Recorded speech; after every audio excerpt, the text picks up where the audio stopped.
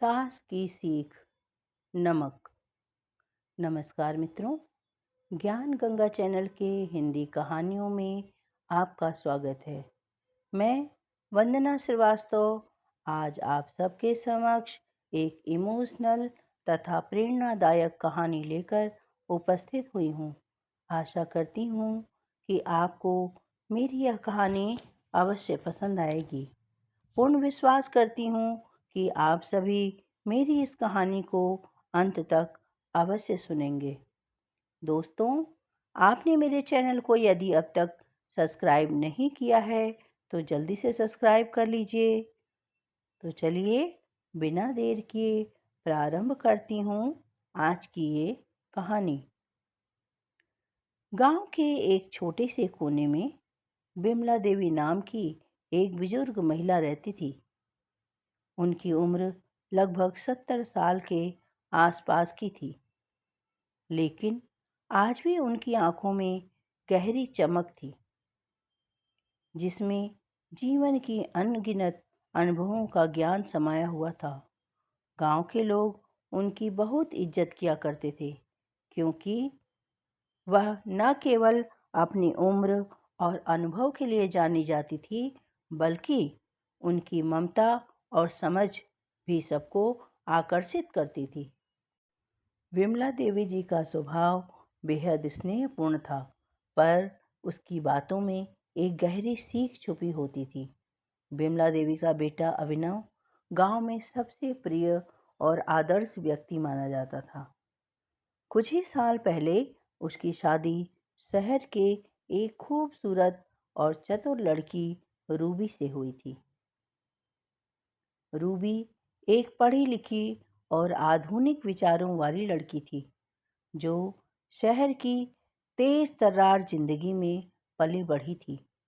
वह गांव के नए तरीकों को अपनाने की कोशिश करती, लेकिन यहाँ की सादगी और परंपराओं से तालमेल बिठाने में उसे कठिनाई होती थी। बिमला देवी जी का सरल जीवन और उनकी पुरानी परंपराएं कभी कभी रूबी को रूढ़िवादी लगती थी, लेकिन फिर भी वह अपनी सास के साथ अच्छा व्यवहार करती थी। एक दिन गांव की कुछ महिलाएं विमला देवी जी से मिलने के लिए आईं। बातों ही बातों में उन्होंने पूछा कि आपकी बहू कैसी है? आपका ध्यान तो रखती है ना? इस पर बिमला देवी ने मुस्कुराते हुए कहा,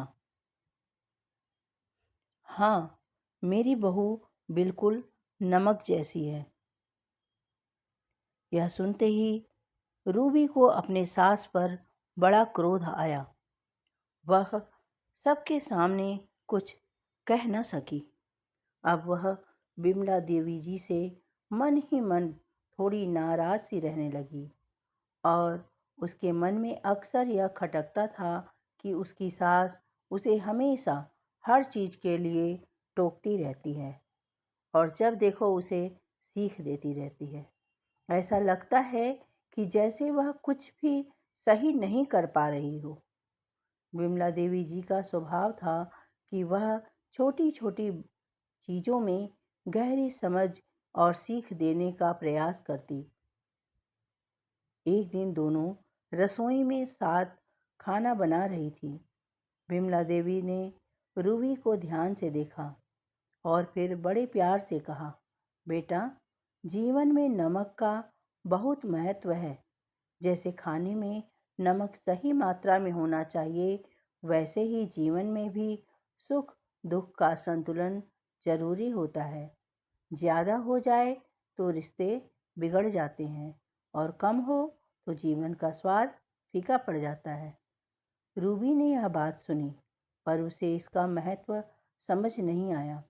उसे लगा कि बिमला देवी उसे बेवजह की बातें समझा रही हैं, जबकि वह खुद अच्छी तरह से जानती है कि खाना कैसे बनाना है। समय बीतता गया। रूबी और बिमला देवी जी के बीच खटपट धीरे धीरे बढ़ने लगी। रूबी को यह एहसास होता था कि उसकी हर छोटी छोटी गलती पर उसकी सास उसे कैसे टोकती रहती है और वह धीरे धीरे उनसे दूर होने लगी। पर बिमला देवी के दिल में रूबी के लिए हमेशा प्यार और समझ थी। वह चाहती थी कि मेरी बहू जीवन के हर अनुभवों को सीखते हुए एक मजबूत और सशक्त महिला बने। कुछ महीनों बाद गांव में एक बड़ा आयोजन होने वाला था, जिसमें पूरे गांव को दावत दी जानी थी। यह मौका बहुत खास था, क्योंकि यह आयोजन विमला देवी जी के परिवार की ओर से था। विमला देवी ने रूबी से कहा, बेटा, इस बार तुम ही सारे पकवान बनाओगी। यह तुम्हारी जिम्मेदारी है और मुझे यकीन है कि तुम इसे अच्छी तरह निभाओगी। रूबी ने यह बात सुनी और उसे लगा कि यह एक अवसर है जब वह साबित कर सकती है कि वह भी इस घर की एक जिम्मेदार सदस्य है। उसे इस बार सासू माँ की सीख की नहीं, बल्कि अपने अनुभव और शहर की तमीज की जरूरत थी। रूबी ने पूरी मेहनत से तैयारी शुरू कर दी। वह चाहती थी कि इस बार कोई भी उसकी किसी गलती पर उंगली न उठा सके। उसने सारी चीज़ें बड़े ध्यान से तैयार की, मिठाई से लेकर मुख्य व्यंजन तक। उसे गर्व था कि उसने इस बार सब कुछ बिल्कुल सही किया है। उसने सास की किसी सुझाव की जरूरत नहीं समझी। रूबी की सोच थी कि वह खुद ही सब संभाल सकती है। अंततः आयोजन का दिन आ गया। गांव के सभी लोग जुटे हुए थे, बड़े बुजुर्गों से लेकर छोटे बच्चों तक। सभी ने रूबी की तारीफों के पुल बांध दिए।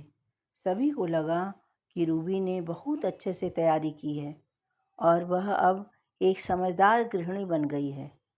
रूबी भी भीतर ही भीतर गर्व महसूस कर रही थी कि उसने अपनी सास को यह दिखा दिया कि वह सब कुछ कर सकती है। लेकिन जब खाने का समय आया और पहला निवाला लोगों ने अपने मुंह में डाला, तो माहौल एकदम बदल गया। खाना एकदम बेस्वाद था।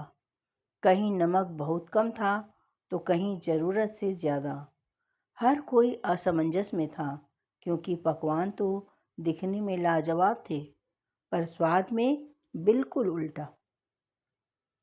गांव के लोगों ने रूबी का मन रखने के लिए कुछ कहे बिना चुपचाप खाना खाने लगे, पर उनके चेहरे उनके मन की बातें जाहिर कर रहे थे। रूबी को यह देखकर बिल्कुल भी अच्छा नहीं लग रहा था। वह अंदर से टूट गई, क्योंकि उसकी सारी मेहनत, सारी तैयारी, सब एक पल में जैसे व्यर्थ हो गए थे। वह खुद को असफल और शर्मिंदा महसूस कर रही थी। रूबी की आंखों में आंसू आ गए और वह दौड़कर अपने कमरे में चली गई। वह सोचने लगी कि उसने सब कुछ कितनी मेहनत से किया था, फिर भी यह कैसे हो गया। तभी दरवाजे पर एक आहट हुई। विमला देवी जी अंदर आईं। उन्होंने देखा कि रूबी बिस्तर पर बैठी सिसक रही थी। विमला देवी उसके पास आई, उसके कंधे पर हाथ रखा और बोली, बेटा, खाना स्वादिष्ट दिखने से कुछ नहीं होता। सबसे ज़रूरी होता है सही संतुलन। रूबी ने रोते हुए कहा, माँ, मैंने बहुत कोशिश की, फिर भी सब गलत हो गया। मैंने आपको गलत समझा। मुझे लगा था कि मैं सब कुछ जानती हूँ, लेकिन आज मुझे एहसास हो रहा है कि मुझे अब भी सीखने की ज़रूरत है। विमला देवी ने उसे प्यार से गले लगाया और कहा, बेटा, यही तो जीवन का असली सबक है। जैसे खाने में नमक का सही मात्रा में होना ज़रूरी है, वैसे ही जीवन में भावनाओं, जिम्मेदारियों और रिश्तों का भी संतुलन होना ज़रूरी है। जब हम किसी रिश्ते में ज़्यादा उम्मीद, ज़्यादा कठोरता डालते हैं, तो वह रिश्ता टूटने लगता है, और अगर उसमें बिल्कुल ध्यान न दें, तो वह बेईमानी हो जाता है। मैंने तुमसे यही कहने की कोशिश की थी कि नमक सिर्फ खाने में नहीं, जीवन में भी होता है। उस दिन जब मैंने पड़ोसियों को यह बताया कि तुम नमक जैसी हो, इसका मतलब यही था कि तुम बिल्कुल परफेक्ट हो। रूबी की आंखों से बरबस आंसू बहते जा रहे थे। उसे विश्वास ही नहीं हो रहा था कि विमला देवी जी को उसने कितना गलत समझा था। वह अब अपनी सास के पैरों में गिरकर माफ़ी मांगने लगी और उसने कहा, माँ, माँ मुझे माफ़ कर दीजिए, मैंने आपको गलत समझा। आपने जो भी कहा वह मेरे भले के लिए था और मैं ही थी जो आपकी बातों को न समझ सकी। विमला देवी ने उसे उठाकर गले लगा लिया और कहा, तुम मेरी बेटी हो और मुझसे ज़्यादा तेरा भला कौन चाहेगा। जीवन की गलतियां हर कोई करता है, लेकिन उनसे सीखना सबसे महत्वपूर्ण होता है। आज तूने वह सीख ले ली है और यही मेरे लिए सबसे बड़ी खुशी है। उस दिन के बाद रूबी ने विमला देवी की हर बात को दिल से समझना शुरू किया। उसने महसूस किया कि जीवन में अनुभव का कोई विकल्प नहीं होता और जो सीख हमें बड़ों से मिलती है वह अनमोल होती है। धीरे धीरे रूबी ने अपने रिश्तों, परिवार और घर के हर छोटे बड़े काम में संतुलन बनाना सीख लिया। उसकी और विमला देवी जी के बीच का रिश्ता अब और भी मजबूत हो गया था। समय बीतता गया और रूबी गांव की सबसे प्रिय बहू बन गई। लोग उसकी सादगी, समझदारी और अपनेपन की तारीफ करते न थकते। लेकिन रूबी को हमेशा एक बात याद रहती कि जीवन का सबसे महत्वपूर्ण नमक है, यानी कि संतुलन। जब तक यह सही मात्रा में है, जीवन का हर रिश्ता, हर अनुभव स्वादिष्ट और मधुर बना रहता है। यह कहानी हमें यह सीख देती है कि जीवन में छोटी छोटी बातों का कितना गहरा महत्व होता है। हम अक्सर उन बातों को नज़रअंदाज कर देते हैं जो हमारे भले के लिए होती है, लेकिन जब समय आता है तब हमें उसकी असली कीमत समझ में आती है। जीवन में संतुलन बनाए रखना, चाहे वह भावनाओं का हो, रिश्तों का या जिम्मेदारियों का, सबसे ज़रूरी है। तो दोस्तों, आप लोगों को मेरी यह कहानी कैसी लगी? यदि कहानी पसंद आई हो तो चैनल को लाइक और शेयर करें। चैनल पर नए हैं तो चैनल को सब्सक्राइब अवश्य करें और हाँ, बेल आइकन हिट करना बिल्कुल भी न भूलें। मित्रों, यदि आप सब यह चाहते हैं कि मेरी कहानियाँ आप सदैव ऐसे ही सुनते रहें तो आप लाइक और कमेंट्स अवश्य किया करें दोस्तों, जिससे मैं उत्साहित होकर आपके लिए और अच्छी से अच्छी कहानियाँ लिख सकूं। आप और किस तरह की कहानी सुनना पसंद करते हैं, प्लीज़ कमेंट्स में अवश्य बताएं। दोस्तों, मेरे चैनल को सब्सक्राइब अवश्य कर लीजिए, जिससे कि मेरे द्वारा सुनाई गई कहानी आप सबके पास सबसे पहले पहुँचे, जिसे सुनकर आप सबसे पहले आनंद ले सकें। और अच्छी अच्छी कहानियाँ सुनने के लिए आप मेरे साथ जुड़े रहकर मेरा हौसला बढ़ाते रहिए और मेरे द्वारा यह कहानी सुनने के लिए आपका बहुत बहुत धन्यवाद दोस्तों। यदि आप सब यह चाहते हैं कि मैं अपनी कहानी के अंत में आप सबका नाम पुकारूं, तो कृपया कमेंट्स में अपना और अपनी जगह, यानी जिस जगह आप रहते हैं उस जगह का नाम अवश्य लिखें। लाइक, शेयर, सब्सक्राइब और कमेंट्स करना बिल्कुल भी ना भूलें। दोस्तों, इसके कोई पैसे नहीं लगते। मिलती हूँ फिर एक नई कहानी के साथ। तब तक के लिए आप मुझे आज्ञा दीजिए। धन्यवाद।